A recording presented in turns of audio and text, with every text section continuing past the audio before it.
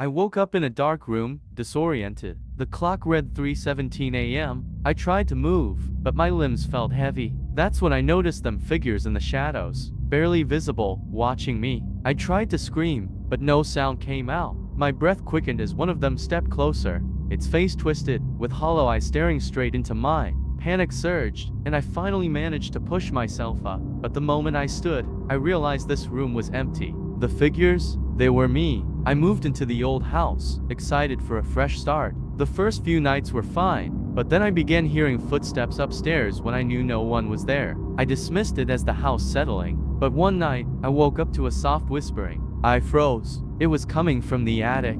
I grabbed a flashlight and went up. As the beam swept across the room, I saw an old photo frame. My own face stared back at me, but in the corner, someone else stood, their eyes wide with fear. My heart pounded as I reached for the photo. The person in the corner was unfamiliar, pale, gaunt, and staring straight at the camera. Suddenly, I felt a cold breath on my neck. Whipping around, I found the attic door creaked open. The whispering started again, louder this time, almost as if it was right behind me. I was alone in my apartment when I heard a knock at the door. I wasn't expecting anyone. Hesitantly, I opened it. No one was there, but a small package lay on the doorstep. I brought it inside, trembling. Inside the box was a mirror, old and cracked. As I stared into it, my reflection smiled at me. But I didn't. I stepped back in shock, but the reflection moved on its own, now pressing its hand against the glass. I felt a cold hand on my shoulder. It wasn't mine. I spun around, heart racing, but no one was there. The hand on my shoulder was gone. Yet the reflection in the mirror still smiled, its expression twisted with malice. It beckoned me. My own body refused to obey, frozen in place. With trembling hands, I tried to cover the mirror, but it was as if the glass pulled me in. The room darkened, and I felt myself falling into the reflection. My last glimpse was of my own terrified eyes, trapped inside, as the reflection stepped out into the room. I had always believed the stars were just distant lights. Then, I saw it, an endless shape shifting in the sky.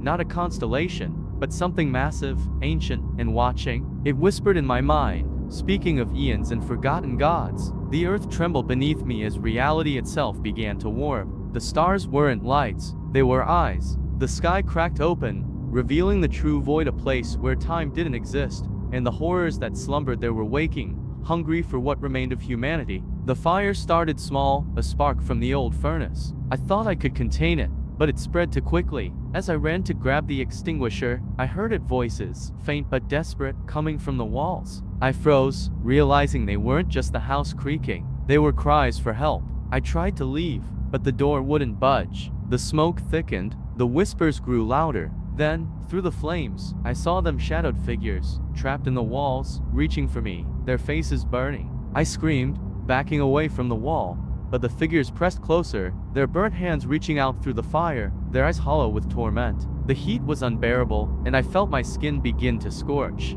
Desperate, I tried to break the window, but the glass wouldn't shatter. The voices grew frantic, pleading for me to help them, but I knew I couldn't. I stumbled back, the fire now swallowing everything in its path. In the final moments, I saw it, the house itself was alive, feeding on us, consuming our souls.